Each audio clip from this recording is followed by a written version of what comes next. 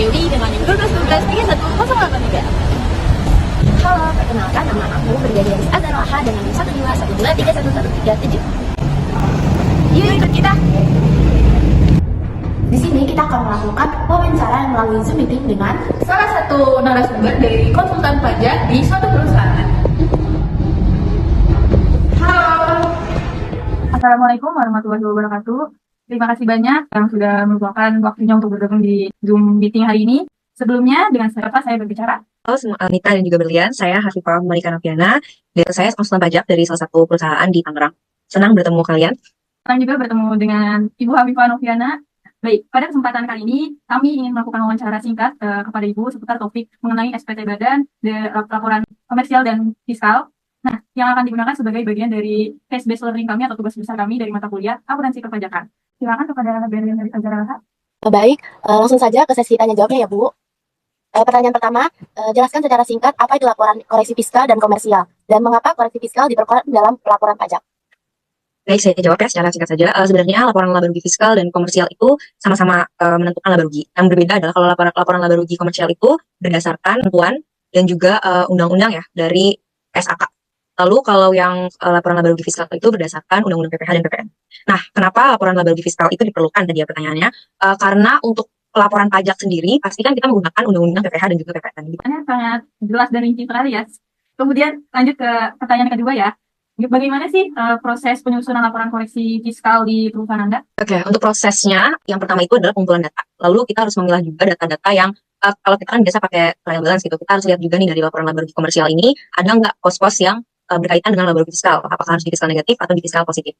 Lalu setelah itu kita rekonsiliasi juga pastinya dari rekening bank, apakah sudah sama dengan yang komersial, dan yang komersial ini nanti baru dikoreksi fiskal ke laporan laba rugi di SPT Badan. Baik, lanjut ke pertanyaan selanjutnya. Apa saja sumber data yang digunakan untuk melakukan koreksi fiskal dan apa saja akun yang umumnya perlu disesuaikan saat menyusun rekonsiliasi fiskal? Kayak sumber data itu biasanya kan kita kalau nyusun laporan keuangan kita berdasarkan transaksi-transaksi dari klien misalnya.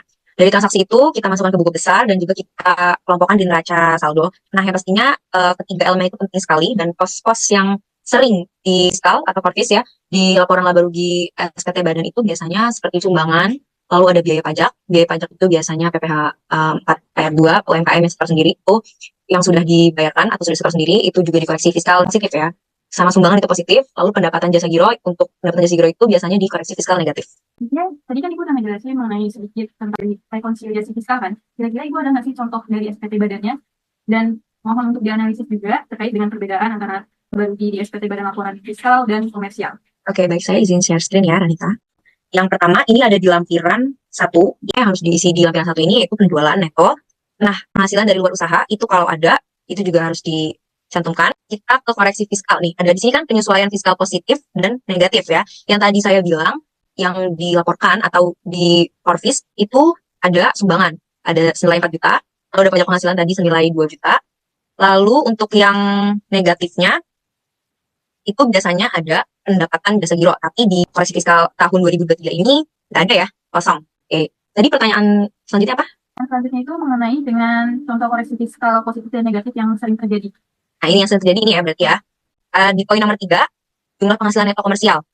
Ini 412 juta. Ya. Jadi berbeda penghasilan neto komersial dan juga penghasilan neto. Jadi penghasilan neto komersial itu adalah yang nantinya akan digunakan untuk laba rugi tax. Kalau kita ke atas, nih, yang tadi, dia ke sini ya. 418.632. Ini untuk perhitungan PPh 25. Itu juga dihitungkan PPh 25 itu PPh, angsuran PPh yang harus dibayar nanti di tahun depan. Oh, ya. perangsuran gitu ya? Ya, jadi per 1 tahun. Nah, karena di kasus ini dia nggak ada PPh 25. Jadi di tahun 2023 ini kita nggak bayar PPh 25, jadi nggak bisa dikreditkan. Nih, poin E, kredit pajak tahun lalu atas penghasilan yang termasuk dalam angka 14A yang dipotong atau dipungut oleh pihak lain itu harusnya di kredit pajak selama 1 tahun dimasukkan di situ untuk mengurangi nanti PPh 2 pasal 29-nya. Nah, tahun ini, tahun 2023, di 2024 dia ada bayar nih PPh pasal 25 ya, 5.802.693. Nah, ini yang 159 ini PPh final atau PPh kurang bayar. PPh 29 ini itu.